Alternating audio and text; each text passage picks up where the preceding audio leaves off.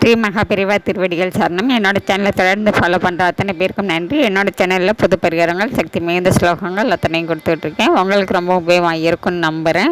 இந்த பதிவில் நாம் பார்க்க போகிறது, இந்த காலகட்டத்தில் எல்லா பெண்களுமே வேலைக்கு போகக்கூடிய சூழ்நிலையில் இருக்கிறாங்கங்க. ஏன்னா அவங்களுடைய குடும்ப நிலைமை அதுக்கு தகுந்த மாதிரி வேலைக்கு போய் தான் ஆகணுங்கிற கட்டாயத்தில் இருக்கிறாங்க.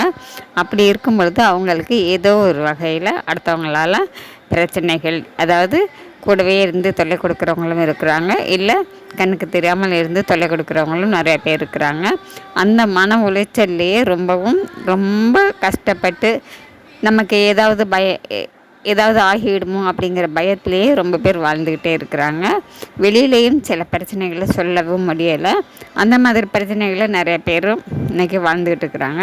இப்படி யாராக இருந்தாலும் சரிங்க, இல்லை அக்கம் பக்கத்தில் இருக்கிறவங்களாகட்டும், யாராக இருந்தாலும் சரிங்க, அவங்க வலிக்கே வரக்கூடாது. அவங்களுக்கு உங்களுடைய ஞாபகமே வரக்கூடாது. உங்களை வம்பிழுக்கணும் அப்படிங்கிற எண்ணமே வரக்கூடாது. அப்படின்னு நீங்கள் நினச்சிங்கன்னாக்கா நீங்கள் செய்ய வேண்டியது, இன்றைக்கி அமாவாசைங்க. இந்த நாள் ரொம்பவும் சக்தி வாய்ந்த நாள். அதுவும் ஆவணி அமாவாசை பார்த்திங்கன்னா மகாலய அமாவாசைக்கு ஒப்பான ஒரு அமாவாசை. இந்த நாளில் நீங்கள் இரவு படுக்கிறதுக்கு முன்னாடி ஒரு கொட்டாங்குச்சி எடுத்து நெருப்பில் போட்டு தன்னலாக்கிக்கோங்க. அந்த நெருப்பை கொண்டு போய் வெளியில் வச்சுடுங்க. நாட்டு மருந்து கடைகளில் கிடைக்கக்கூடிய வெண்கடுகு, அதாவது சமையலுக்கு உபயோகப்படுத்துகிற கடுகு, கருப்பு கடுகுங்க. இந்த வெண்கடுகுன்னு கேளுங்க, அதை எடுத்து கையில் எடுத்துக்கோங்க. அது கூடவே கல் உப்பு, இது ரெண்டையும் இடது கையில் எடுத்துக்கோங்க. எடுத்துக்கிட்டு யாருடைய பெயர், அதாவது உங்களை விட்டு யார் விலகணுமோ அவங்களுடைய பெயரை சொல்லி நல்லா மனசார வேண்டிக்கோங்க. அவங்க என்னுடைய வாழ்க்கையிலே வரக்கூடாது, அவங்க என்னை விட்டு விலகிடணும், எனக்கு எந்த தொந்தரவும் தரக்கூடாதுன்னு சொல்லி மனசார வேண்டிக்கோங்க.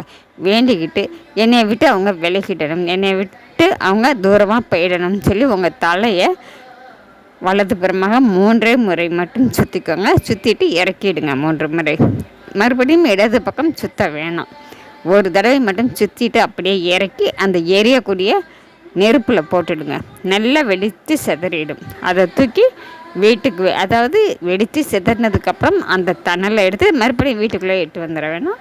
வெளியில் ஓடக்கூடிய, அதாவது கழிவு நீர், அதில் போட்டுடுங்க. இது போல் நீங்கள் செஞ்சுக்கிட்டே வாங்கங்க. அதுவும் நீங்கள் அடிக்கடி செய்யணும், உடனே எனக்கு ரிலீஃப் கிடைக்கணும் அப்படிங்கும் பொழுது நீங்கள் செய்ய வேண்டியது ஞாயிற்றுக்கிழமை செய்யுங்க, விடாமல் செய்யுங்க. இந்த நாளில் ஞாயிற்றுக்கிழமை செய்கிறத விட அமாவாசையில் செய்யும் பொழுது உங்களுக்கு உடனடியாக பலன் கிடைக்கும். அதை செஞ்சுட்டு மறுபடியும் நீங்கள் ஞாயிற்றுக்கிழமை செய்யலாம்.